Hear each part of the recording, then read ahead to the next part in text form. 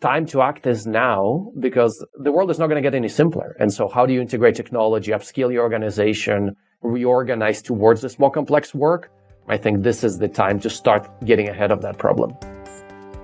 That was one of the expert panelists talking about the new reality that is being shaped by fluctuations in tariffs and trade barriers.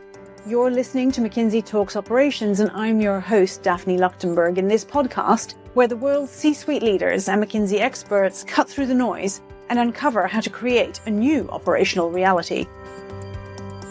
McKinsey thinks of geopolitics as 10 drivers of value. Today we're focusing on one, the application of tariffs and other trade barriers. Given the speed at which the landscape is evolving, things are likely to have moved on, even in the few days that will pass between recording and publishing this episode of McKinsey Talks Operations.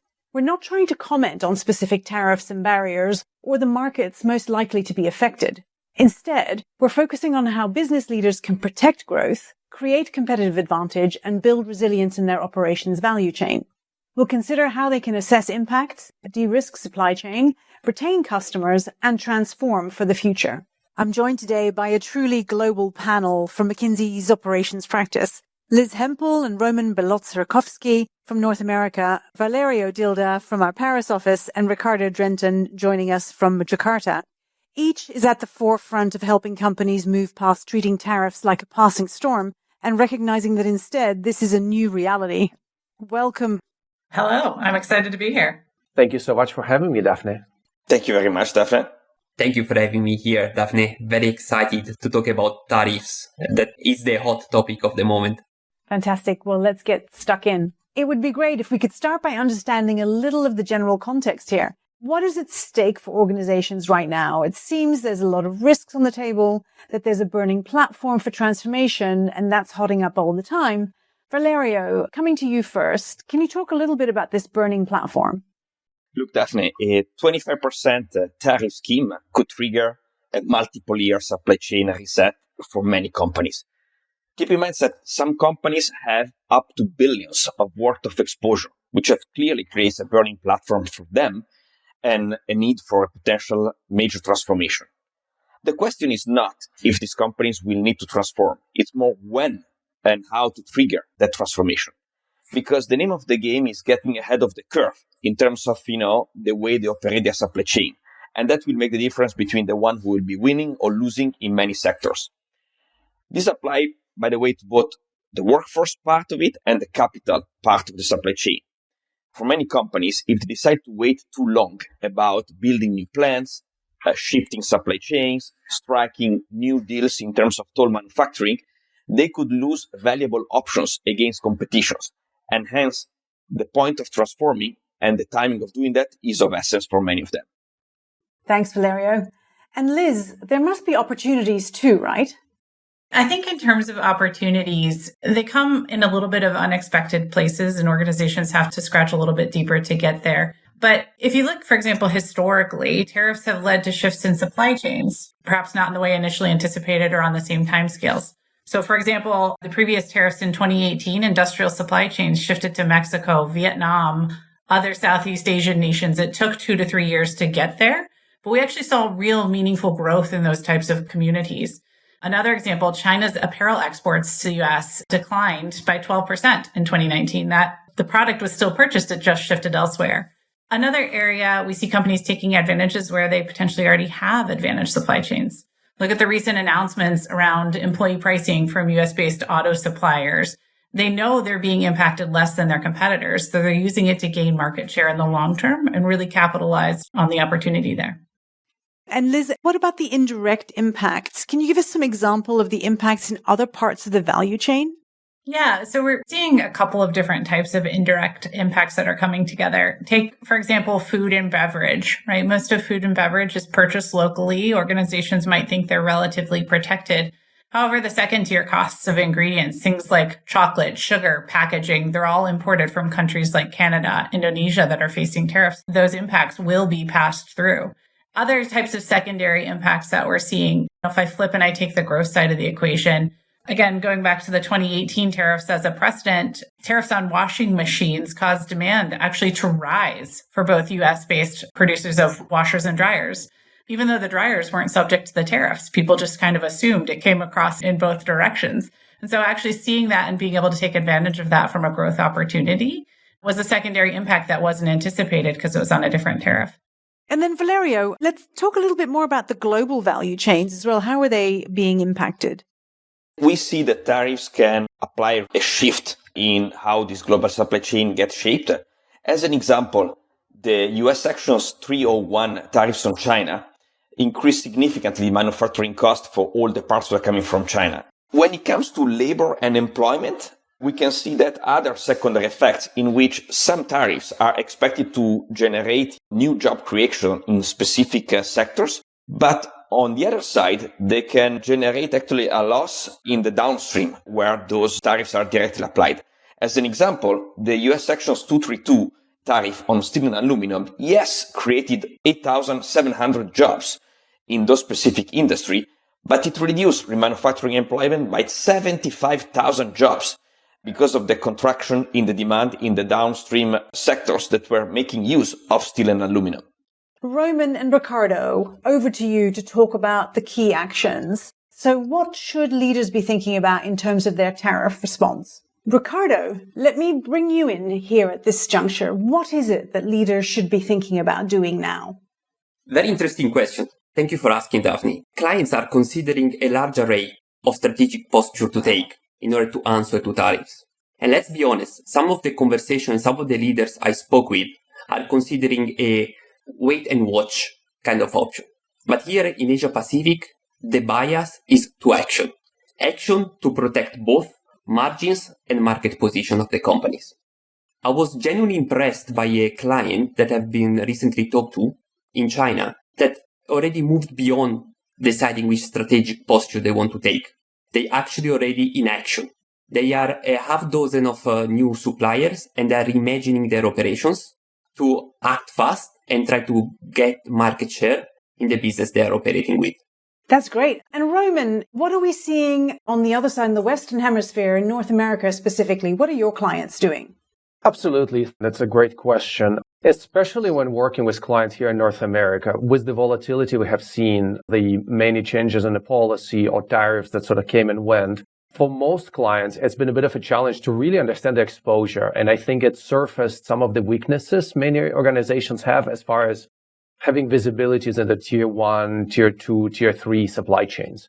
And so understanding your tariff exposure, and broadly speaking, it's not just tariffs, right? It's trade restrictions, it's other policy decisions that are being made. Understanding your broad exposure to all those drivers is really fundamental before you can plan any sort of actions. And also so you can create different strategies for the different scenarios given the volatility we're seeing. Second, some of these tariffs may be temporary, as potentially there may be negotiations happening around the policy, and policy will evolve, which is what a lot of our clients are saying and assuming right now. Therefore, using inventory in a smart way could be a good move. And we've seen in prior 2018 tariffs where companies used either front-loaded shipments, use low tariff regions and inventory buffers, increase safety stocks. So there's real options of leveraging inventory for near-term mitigation of tariffs until the policy settles into something more long-term.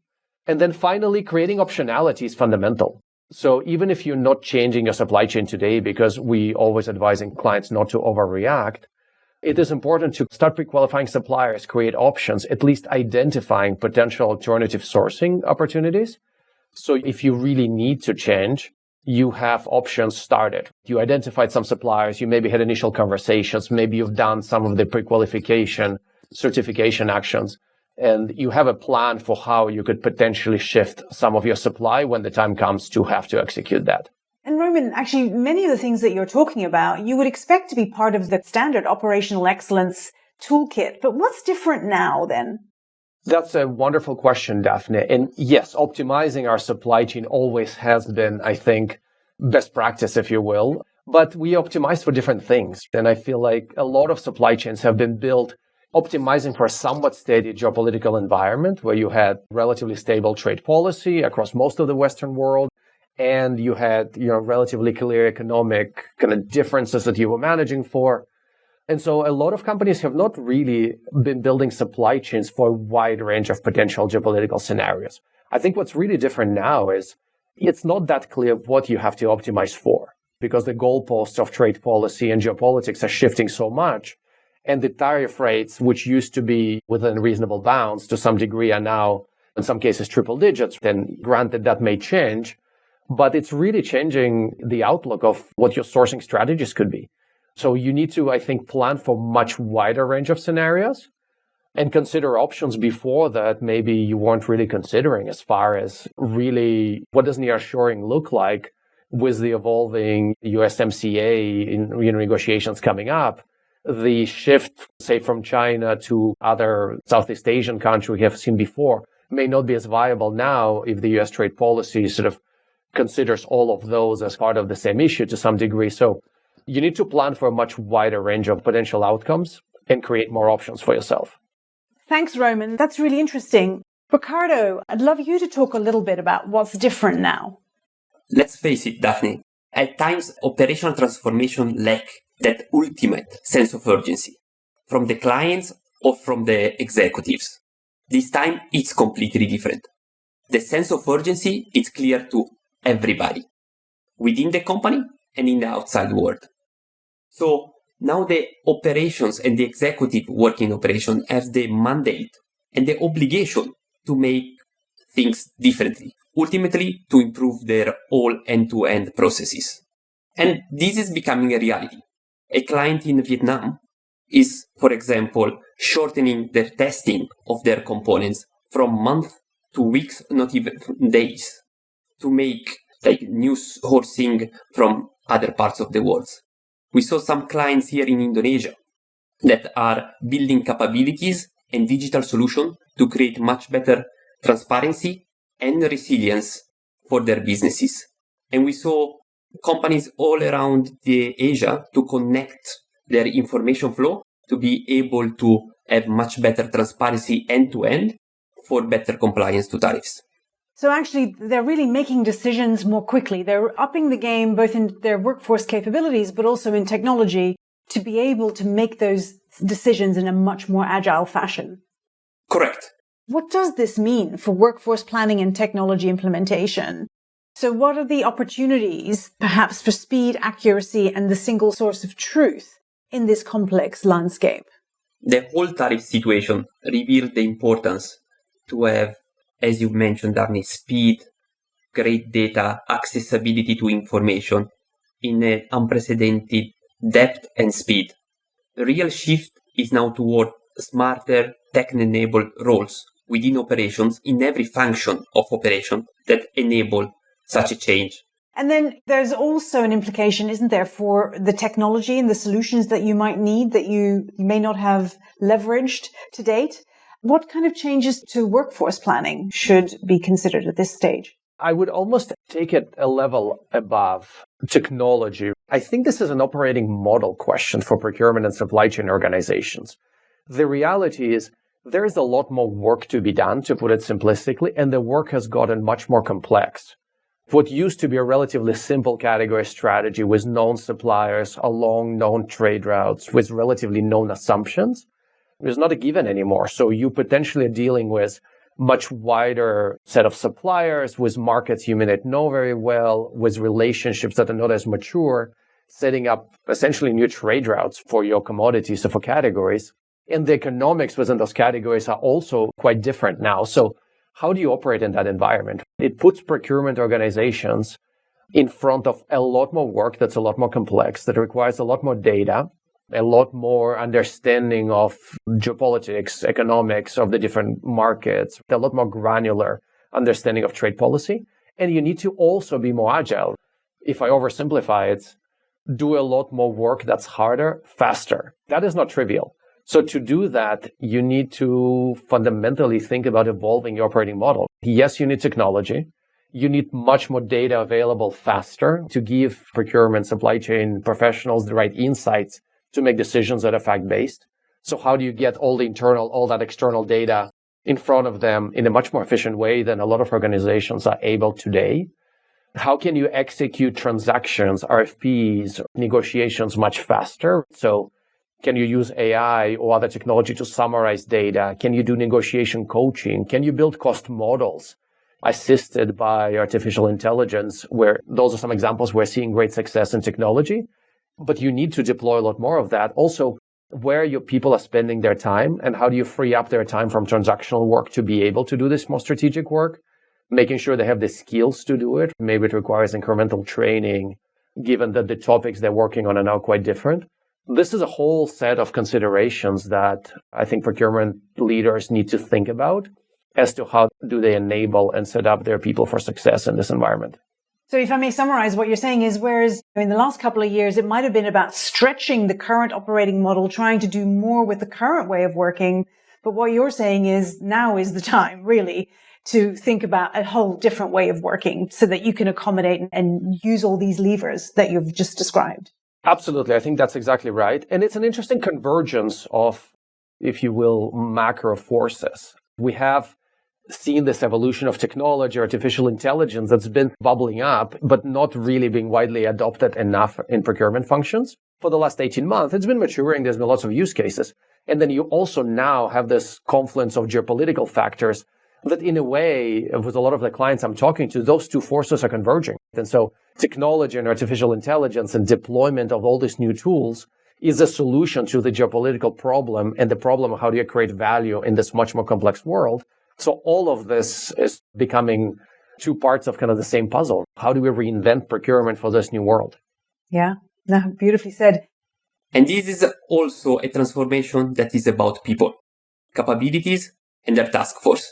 We see now the development of the role from a operational to a strategic aspect of it. So it's not only about making sure that goods, services are moving A to B or are built in an effective way, but ultimately how that are connecting to the world and to the clients. And I suppose to some extent, you talked earlier about some people are taking a wait and see approach. There's kind of a wait and see approach, but actually also things you can be doing in the background that you want to build regardless of what happens in the marketplace, right?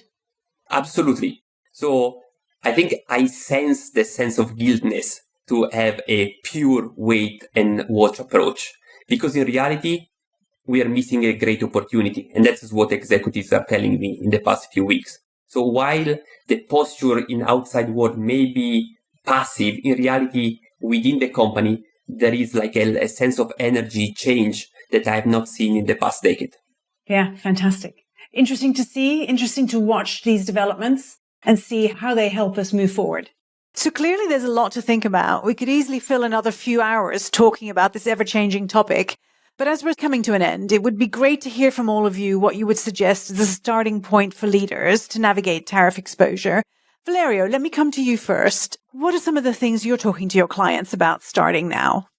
Daphne, I would say the first thing is that waiting is not an option. As a matter of fact, where we see most active players doing right now is defining scenarios and preparing also for the worst case scenarios with decisions that in terms of short-term and long-term topics that are important maybe to take today in light of potential scenario that could unfold in the future. And with that, take an advantage compared to competition by acting some and activating some of the decisions sooner than later. And I think, as Valerio mentioned, there's a lot of actions that organizations can actually take right now that are really no regrets moves. For example, reducing leakage. I heard a great statistic the other day. 20% of auto components never actually completed their USMCA paperwork from the 2018 tariffs, where they're actually eligible right now. The paperwork is too onerous or they never got around to it. Other examples, things around helping you manage your cash flow, taking advantage of avenues that already exist, bonded warehousing, free trade zones. We're in a period still of relatively high volatility around tariffs. And so actually taking advantage of those avenues there to help you work through what you can while you can and control what you can.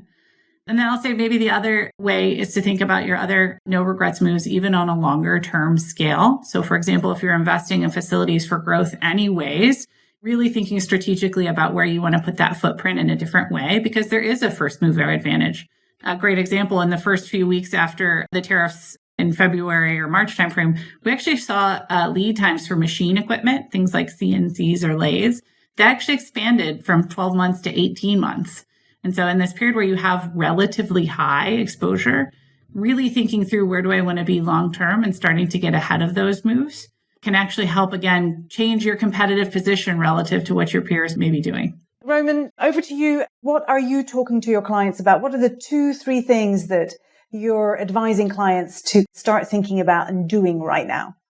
I think I tend to go back to the fundamentals. I think the world is changing. And so as a procurement, as a supply chain leader, I think question number one is, what is your real mission to help the organization, to help the business to be as successful as possible? I always tend to say procurement, supply chain should not have its own agenda. Its agenda is really, how do I make the business successful? So what does success for the business looks like in this new world? That may have shifted. And so it's really important to be close to your business partners, to your executive team, to your board, to understand what those priorities really are.